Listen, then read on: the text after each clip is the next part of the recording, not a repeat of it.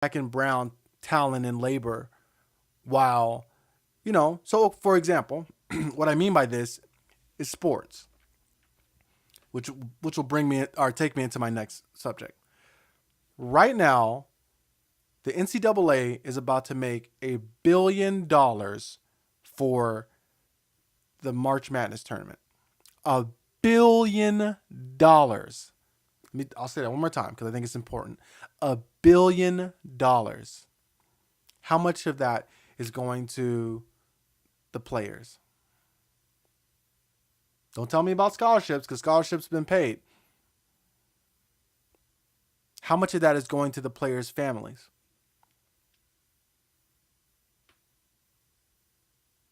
Now, I'll ask you this.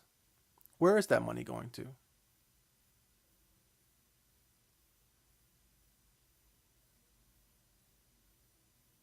What about the coaches? How much do they make? Five, four, two, $7 million a year? A year. Black and brown talent,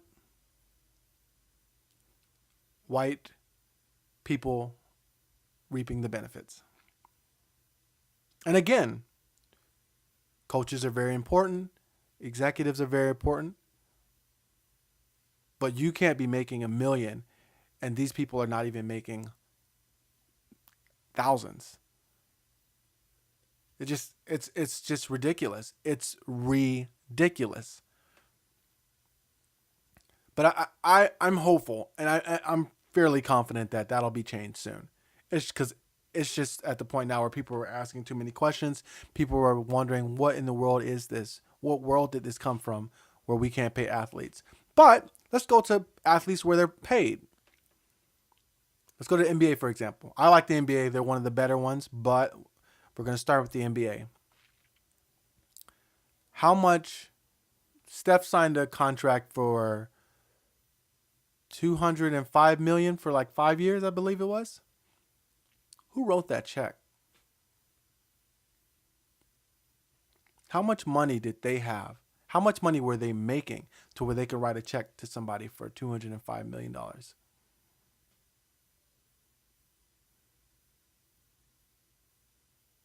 It's all the Wizard of Oz, the man behind the curtain. The athletes make millions, yes. Yes, they make a good living for, on average, a short period of time. And they live beyond their means, and then they're broke. And if they're lucky, they get to sign a contract to make a decent living working for ESPN or Fox or whatever. All the while, people like Colin Hurd,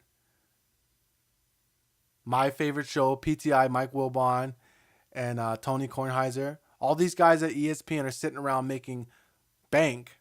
Not all of them. That's not fair. Some of them are working their way up. But it's all driven by this talent from the NBA, the NFL. Now, let's be fair. The ESPN doesn't only follow NBA and NFL, the NFL, although they drive a lot of their viewership. But let's get back to the NBA. Sorry, I'm all over the place. Let's get back to the NBA. So the players are making millions for a short period of time. Some players are making millions, and then you have the coaches who are making millions. You have the executives who are making real millions, and then you have the owners. And at least in basketball, it's somewhat decent. And the NFL, that's just slave labor. I don't care what anyone says. That's slave labor. Those players have no say. They have no way of defending their rights, of defending, standing up for themselves. You're in, you're out, you're destroying your body. All for owners.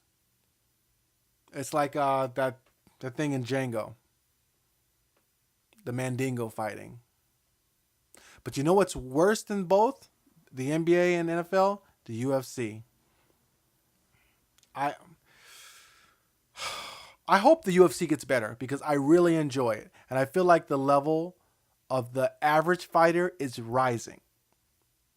But it needs to be met by how much they're paying them. That's a full-time job. You can't do anything else if you're fighting for the UFC if you want to be good. You need to pay them like it's a full-time job.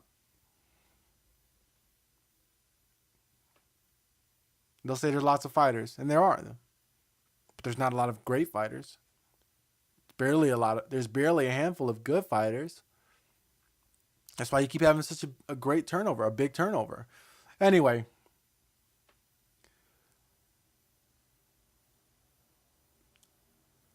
I've said it before when I was talking about Big Baller Brand. I'll say it again. Check that video out. I'll put a link to that video. Labor needs to be compensated. Too much money is going to the top. And it does. If you're on the top, if you created something, if you're running something, you should get paid more. Of course. That's a hard job. A lot of people don't want that job. A lot of people don't want to make phone calls. Don't want to hit the ground and get business. So you deserve more. But when's enough? If you have $1 million company and your salary is $900,000, $800,000, what sense does that make? You know? With the banks. How many people did they fire? And they still bailed themselves out. They got bailed out. I'm sorry. They got bailed out and then they gave themselves bonuses. How does that work? How are you firing people and giving yourself bonuses? I don't understand that math.